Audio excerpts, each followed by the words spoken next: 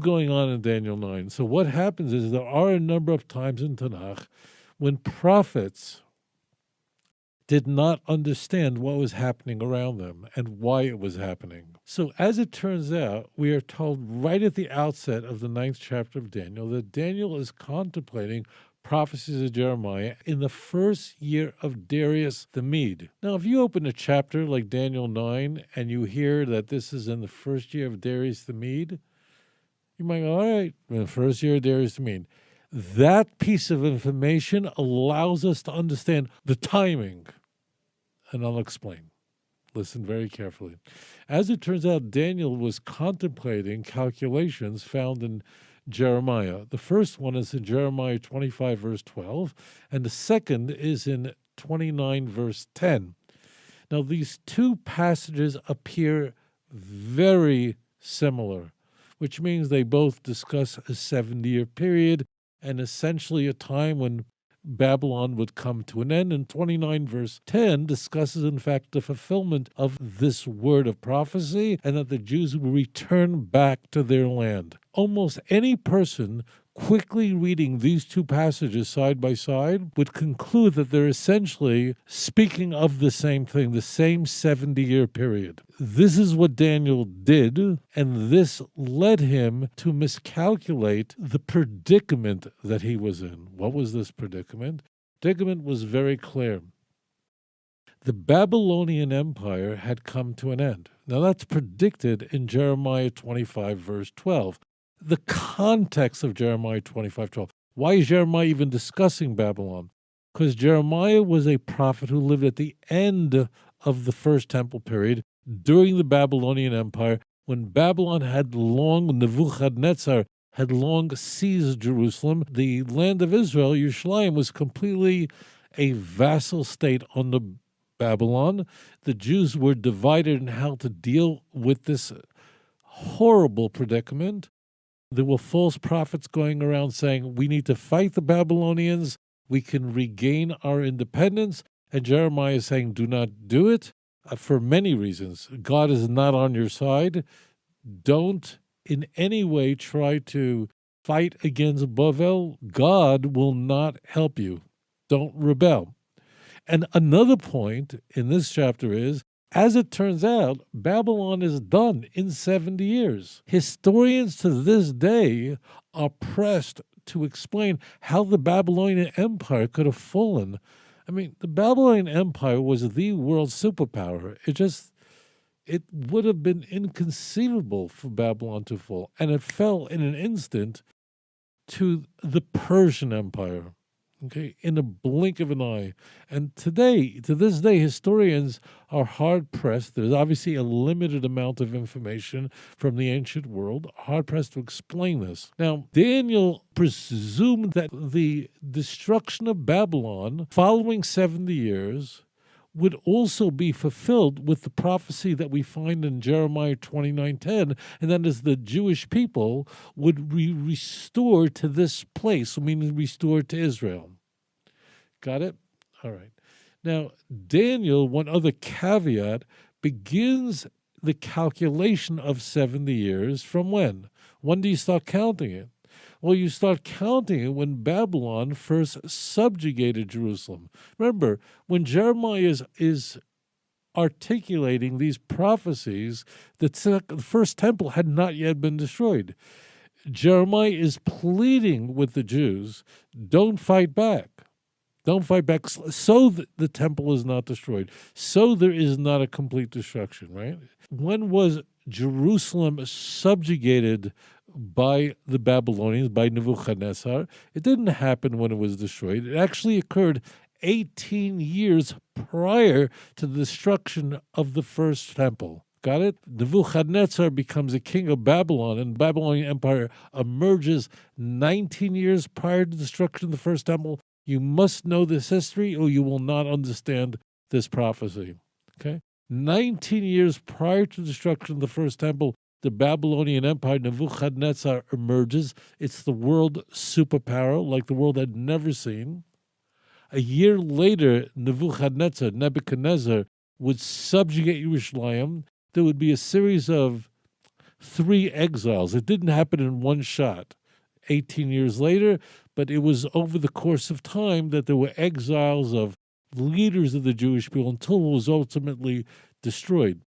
Daniel begins his calculation from the time Babylon began and emerged as the world power and when it subjugated Jerusalem a year later. Therefore, he's starting to count essentially 18 or 19 years prior to the destruction of the first temple. Now, this is very important because when the Babylonian Empire was destroyed, so the Persian Empire did not emerge immediately, but rather there was a Median Empire that really only lasted for a few months. Let's say it's roughly the area of about 11 months, not even a year, and then Cyrus emerges. Got it? This is very, very critical because imagine you're Daniel. You have Jeremiah's prophecies in front of you. You presume those are the same 70-year periods. The prophecy of the fall of Babylon, articulated explicitly in Jeremiah 25, verse 12, has happened. Darius the Mede, this is not Darius the Persian. That's later. Darius the Mede is now, he's the king. He's going to pass it on to Cyrus, but he is the king. So, but something didn't happen. What didn't happen? What did not occur? Whereas that was fulfilled, the Babylonian Empire ceased. What was not fulfilled is the Jews are not going back. Nothing's happening. Imagine the empire is destroyed. This is such a tectonic shift in human history. The Babylonian Empire collapses, and the Jews are still here, and no one's going back. Like, why are we still here in Babylon? That event, the fall of the Babylonian Empire, should have occurred simultaneously with the return of the Jews according to Jeremiah's prophecy. This is what's very, very critical. Now, the question is, why didn't Daniel go, we have nothing to worry about? Because this is the person's question. You have nothing to worry about because there's a prophecy in Isaiah 44, verse 28 and 45:1. Treat that chapter break as completely artificial. 44:28 is the last passage of that chapter. 45:1 is a famous passage. Cyrus is called God's Messiah. Mashiach means anointed for God's purpose. And there we are told that Cyrus is going to give the command to rebuild Jerusalem, to build the temple, and for the Jews to return back to the land of Israel. And in fact, Isaiah 45 is going to continue to explain to everyone, do not question why I would use somebody like Cyrus. You don't understand my ways. Okay? So the question is, Daniel had the book of Isaiah in front of him. In fact, the book of Isaiah was written hundreds of years before Daniel, approximately 2 centuries earlier. Isaiah lived during the Assyrian Empire. So why didn't he look at it? There's 2 obvious reasons. The clear reason is something that the caller mentioned, and that's the reference to Leviticus chapter 26, in specifically verse 18. Leviticus 26 is known as the Teichacha. It's a chapter of blessings and curses. And it's painful. It's not as painful as another chapter in Deuteronomy 28, which is similar, not the same, but that's much more elaborate. But Leviticus 26 tells us about what will happen to the Jewish people if they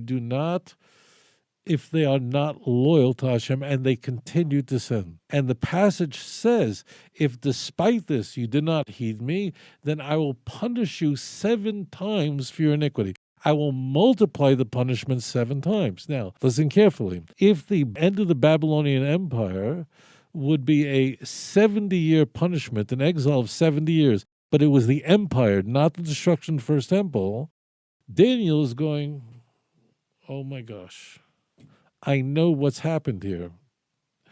Leviticus 26:18, this 7-fold curse has been launched, which means the exile is not going to be 70 years now, but the exile instead is going to be 490 years. Now you understand why the angel Gabriel is going to be dealing with a 490-year period. The correction the angel Gabriel is going to make when he approaches Daniel later on in the chapter, in verse 22, 23, 24, 25, 26, and 27, that's how the chapter ends, is when you begin the count of the 490 years. And most importantly, Jeremiah 29, verse 10, which means the return of the Jews, you start counting Lechorvot Yerushalayim, from the destruction of Jerusalem, not from the beginning of the Babylonian Empire. So Daniel is thinking, he has a Torah in front of him. The Torah says that your exile could be, your punishment can be multiplied 7 times. And what proceeds from Daniel 9, verse 3, all the way through 16, 17, is Daniel pleading to God not to allow the curse of Moses to be employed here. He cries and begs HaKadosh Baruch Hu, the Holy One, blessed be his name. He begs him and confesses his sins and the sins of the nation. In fact, we learn many laws of prayer and how to pray from this ecstatic prayer that Daniel conveys to HaKadosh Baruch Hu. It's such a moving prayer that even Hashem, who sent Gabriel, held him back till when Daniel finished. Daniel was praying with such fervor, and HaKadosh Baruch Hu loved Daniel very much. He was called Chamud, beloved. It's completely unique. Daniel was so beloved by Hashem that Hashem hears such an ecstatic prayer that Hashem, that's why Gabriel, when he first approaches Daniel, he says, from the beginning of your prayer, I was sent forth, but he was held back. Let me just hear the whole thing. It's really, let me tell you something, my friend. You learn Daniel, mamash swoon, you fall in love with Hashem. You can lose your mind. So, it's so, mili mayusa. Really, if you study and you go deep, deep, deep, deep, you go very, very high, high, high. That's all I could tell you. I could tell you. Just there's not an extra word here. So that's, my friends, the reason why Daniel 9 begins in the first year of Darius the Mede. Because Darius the Mede is, let's say, the Medo-Persia Empire, that he comes in right before Cyrus. There is no Cyrus yet. So number one, Daniel is going, it's true that we have a prophecy about Cyrus, but the problem is that we very much may be in a predicament where the punishment, 70 years, has been multiplied by 7, which means 490 years. The second part is not as plain, but Cyrus hadn't emerged yet. Cyrus is a name, a Persian name of leaders. It's not like his name was Cyrus, like your name is Henry. It's just like, kind of like Caesar or Cleopatra. I don't know how many. I think we have nearly 30 people named Cleopatra in history. So Cyrus is a royal name, a Persian royal name. And therefore, it wouldn't have registered. It registers for Cyrus, as you see in the opening passages of the book of Ezra. You know, the book of Ezra begins with Cyrus declaring that God spoke to him and gave him a revelation. And Cyrus had the ability to fulfill that promise because he saw his name there. In fact, why would Cyrus tell the Jews, go back to your land? Why would he say that at all? What happened? I mean, Cyrus wasn't a religious Jew. He wasn't Jewish. He probably was a Zoroastrian. I'm not sure what his religion was. But whatever it is, Cyrus says that the God of the Jews, read Ezra's opening, I have a revelation from God. When did Cyrus become a Navi? He didn't. He had Isaiah's prophecy, Isaiah 45. That's why the people who question the integrity of the entire book of Isaiah are kicking out the legs of history. They can't explain Ezra 1. Let me tell you, my friends, this is music, but you got to put it together. This is just, your mind will never be the same if you absorb all this. So the first reason is he had Leviticus. That tells us I could very much delay it. And the name Cyrus would not have been significant in that it's this Cyrus, because that's a royal name. And therefore, in Daniel's mind, it's not that Daniel would have even known Cyrus, because Cyrus didn't emerge as king. Remember, there's an intermediate period from the time the last Babylonian king is deposed and the Babylonian Empire falls until Cyrus the Great emerges, that's a period of, let's say, 10, 11 months. In that interim period, it's Darius the Mede who stands as leader. So we don't have a Cyrus yet. But Cyrus was a well-known Persian royal name. But for all Daniel knew, he didn't know what was going on. What was Cyrus' position? Which Cyrus? Who would be the one who would emerge? All he had was Leviticus, and what he had, very importantly, is no movement. The words that I will restore you to this place, those are the last words of Jeremiah 29, verse 10, didn't occur. He then puts it together, the word, I'll just say this last piece. The word divarai, my word, when you see the word my word, I know you read these words as though my word is some nice King James Jacobean English kind of fancy schmancy term. It isn't.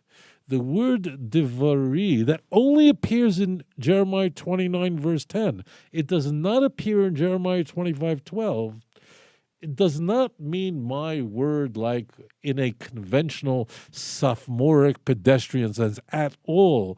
My word means a word of prophecy. It means my promise. That is why, if you go to Daniel chapter 9, verse 2, it says there to fill the word of Hashem. Why does it use the same exact word, divari, as in Jeremiah? Not only that, we're going higher. Open up Ezra chapter 1. If you look this up, if you read Hebrew, you're going to, mamish, go flying. Mamish, you're flying. If you absorb this, you'll cancel every therapist appointment you're ever going to have in your life because you're going to feel so secure in your faith in Hashem. If you open up Ezra chapter 1, read just the opening passage. That means Ezra 1:1. Ezra is not introduced in the book of Ezra until chapter 7. Side note. How does it begin? And the first year of Cyrus, the king of Persia, at the completion of the word, Devar. There it is. So the word here, Devar or Divari, that doesn't mean conventional, a word like I said something. It means the promise of prophecy that must be fulfilled. And you can now, we just triangulated. We triangulated from Jeremiah 29, verse 10, to Ezra chapter 1, verse 1, to Daniel 9, verse 2. But what Daniel had a lot to be afraid of because of a miscalculation. It's not that Daniel did not receive prophecy on this. And therefore, there are times, this may surprise you, that there were Nevi'im Nevi'im, the prophets, were the greatest men and women who ever lived. But when they were not in a state of prophecy, when the source of information about the history of the Jewish people and destiny of the Jewish people was not received from God, they were asked questions, and at times what they thought, God had to correct it. There are many examples of this. It's not that the prophets were wrong. They just, if they did not receive their information, Kayamar Hashem, but they did it based on their own calculation of what they thought. So you look at 2 Samuel chapter 7, verse. The prophet thought that David should go build the temple and told David, go ahead and build it. God came to him and said, stop it. So Daniel thought this, it was logical to him, but essentially I'm unpacking it. The time to begin counting the 490 years, that's 70 for the exile, the Babylonian exile, and 420 for the Second Temple period, total of 490. Before a messianic period can even begin, is what is launched, what is conveyed by the angel Gabriel to the prophet